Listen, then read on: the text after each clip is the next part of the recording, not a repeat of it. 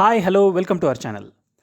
2024వ సంవత్సరం పూర్తయి 2025లోకి రాబోతున్నాము. ఈ సందర్భంగా ఈ సంవత్సరంలో జరిగిన కొన్ని సంఘటనలను ఇక్కడ మీకు వివరిస్తున్నాము. మీకేమైనా కొత్త విషయాలు తెలిస్తే కామెంట్ రూపంలో తెలియజేయండి. మొదటగా అయోధ్య రామమందిర ప్రారంభోత్సవం జనవరి 22, 2024న జరగటం కొత్త సంవత్సరమునకు శుభసూచకం. ఇది భారతదేశంలో ఒక చారిత్రాత్మక మరియు సాంస్కృతిక మైలురాయి. అయోధ్యలో దీపావళి వేడుక సరయూ నది వెంబడి 2.51 మిలియన్ల మట్టి నూనె దీపాలను వెలిగించడం ద్వారా అయోధ్య చారిత్రాత్మక దీపోత్సవాన్ని జరుపుకుంది. మరియు సుమారు 1121 మంది దియాభ్రమణాలను ప్రదర్శించి 2 గిన్నిస్ ప్రపంచ రికార్డులను నెలకొల్పారు. ఈ సంవత్సరంలోనే మోడీ గారు ప్రధానమంత్రిగా గెలిచి హ్యాట్రిక్ సాధించారు. తరువాత 3వసారి ప్రమాణ స్వీకారం చేశారు. ఇది రాజకీయ చరిత్రలోనే ఒక అద్భుతమని చెప్పొచ్చు. ఆంధ్రప్రదేశ్లో జరిగిన ఎన్నికల్లో వైసీపీ ప్రభుత్వం ఓడిపోయి తెలుగుదేశం గెలిచింది. జగన్ పార్టీ 11 సీట్లకు పరిమితమైంది. వారికి ప్రతిపక్ష హోదా కూడా దక్కలేదు.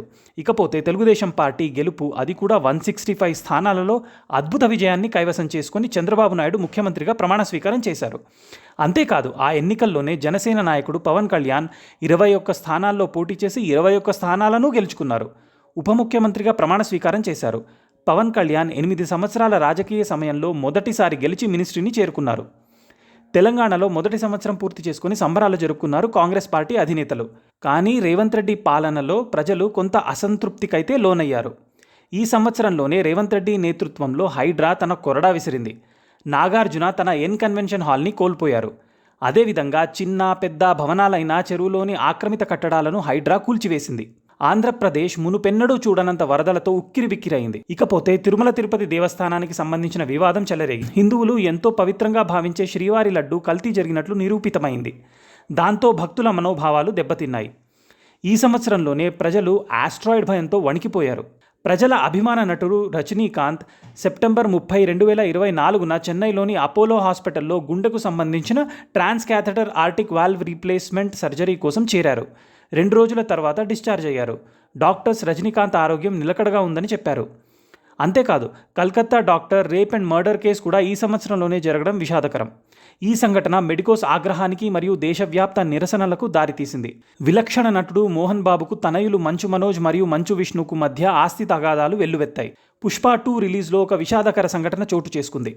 అల్లు అర్జున్ మూవీ చూడటానికి వచ్చిన ఒక మహిళ తన కొడుకుతో సహా తొక్కిసలాటలో పడిపోయింది. మహిళ అక్కడికక్కడే మృతి చెందగా ఆమె కొడుకు ఆసుపత్రిలో చికిత్స తీసుకుంటూ ఉన్నాడు. అల్లు అర్జున్ తన సపరివారంతో ఆ థియేటర్లో మూవీ చూడటానికి రావడంతో తన అభిమానులు అల్లు అర్జున్ కోసం పరుగులు పెట్టడంతో ఈ తొక్కిసలాట జరిగింది. అందువల్ల దీనంతటికీ కారణమైన అల్లు అర్జున్ను అరెస్టు చేయవలసి వచ్చింది. తర్వాత బెయిల్పై విడుదలయ్యారు. ఇండియా దక్షిణాఫ్రికాని ఓడించి 2024 ఐసీసీ పురుషుల T20 ప్రపంచ కప్ను గెలుచుకుంది. పారిస్లో జరిగిన 2024 ఒలింపిక్స్లో మను భాకర్ 10 మీటర్ల ఎయిర్ ఫిల్టర్ గెలుచుకుంది. అంతేకాకుండా మిక్స్ 10 మీటర్ల ఎయిర్ పిస్టల్ టీంలో మను భాకర్ మరియు శరబ్జోత్ సింగ్ కాంస్య పథకాన్ని గెలుచుకున్నారు. నీరజ్ చోప్రా జావెలిన్ త్రోలో రజత పథకాన్ని గెలుచుకున్నాడు. ఆంధ్రప్రదేశ్లోని అనకాపల్లి జిల్లాలో ఫార్మస్యూటికల్ ఫ్యాక్టరీలో జరిగిన పేలుడులో కనీసం 18 మంది మరణించారు మరియు 37 మంది గాయపడ్డారు. అరవింద్ కేజ్రీవాల్ ఢిల్లీ ముఖ్యమంత్రి పదవికి రాజీనామా చేశారు. 18 ఏళ్ల గుకేష్ దొమ్మర్రాజు ప్రపంచ చెస్ ఛాంపియన్షిప్ని గెలిచిన అతి చిన్న వయస్కుడిగా నిలిచాడు. మా ఈ వీడియో మీకు నచ్చినట్టయితే లైక్ చేసి, షేర్ చేసి, సబ్స్క్రైబ్ చేయండి. Thank you.